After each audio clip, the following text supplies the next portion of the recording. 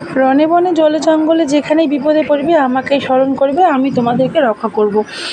বাবা লোকনাথের এই মহৎ বাণী আমাদের প্রত্যেকের জীবনে অত্যন্ত জরুরি এবং গুরুত্বপূর্ণ। হ্যালো এভরিওয়ান, এভরিডে মমস কিচেনে আরও একটা ধামাকাদার ভিডিও নিয়ে তোমাদের সামনে আজকে চলে এসেছি। হ্যাঁ, আজকে ভিডিওটা একটু অন্যরকম, কারণ আজকে মানুষের জন্য নয়, আজকে ভগবানের জন্য কিছু সেবার আয়োজন করেছি। অতি সামান্য মানুষ হিসাবে অতি সামান্যভাবে করেছি, নিজের মতো করে বাবাকে ভোগ দেওয়ার চেষ্টা করেছি। আগে আমাদের বাড়ি বাবা লোকনাথের পুজোটা বেশ বড় করে ধুমধাম করেই হতো, কিন্তু এখন শারীরিক অসুস্থতার কারণে মাও পেরে ওঠে না, আমারও হয়ে ওঠে না। এই সমস্ত কারণে দিনে দিন যাচ্ছে পুজোটা মানে আর হয়ে উঠছে না। তো এবার মা জেদ ধরেছে যে না, এবার পুজোটা করবে।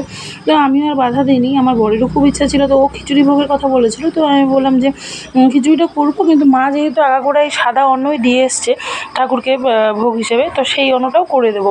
তো সকালবেলা ছুটলাম, একটা গ্যাস ছিল না, ও স্টোভে করা হতো, তো গ্যাসটা নিয়ে আসলাম যখন, আমি ভাবলাম ঠাকুরকে আগে অন্নটাই করে দিতে। 5 রকমের ভাজা অন্ন, তারপর মুগের ডাল, মানে গন্ধরাজ লেবু, আলু পটলের ডালনা, লুচি, পায়েস, চাটনি সব কিছু দিয়ে মা এই ঠাকুরের জন্য পারস সাজিয়ে দিচ্ছে। আর আমি যখন থেকে বুঝতে শিখেছি তখন থেকে আমি জানি বা দেখি যে মা এই পাথরের থালাটাতে ঠাকুরের ভোগটা দিয়ে থাকে।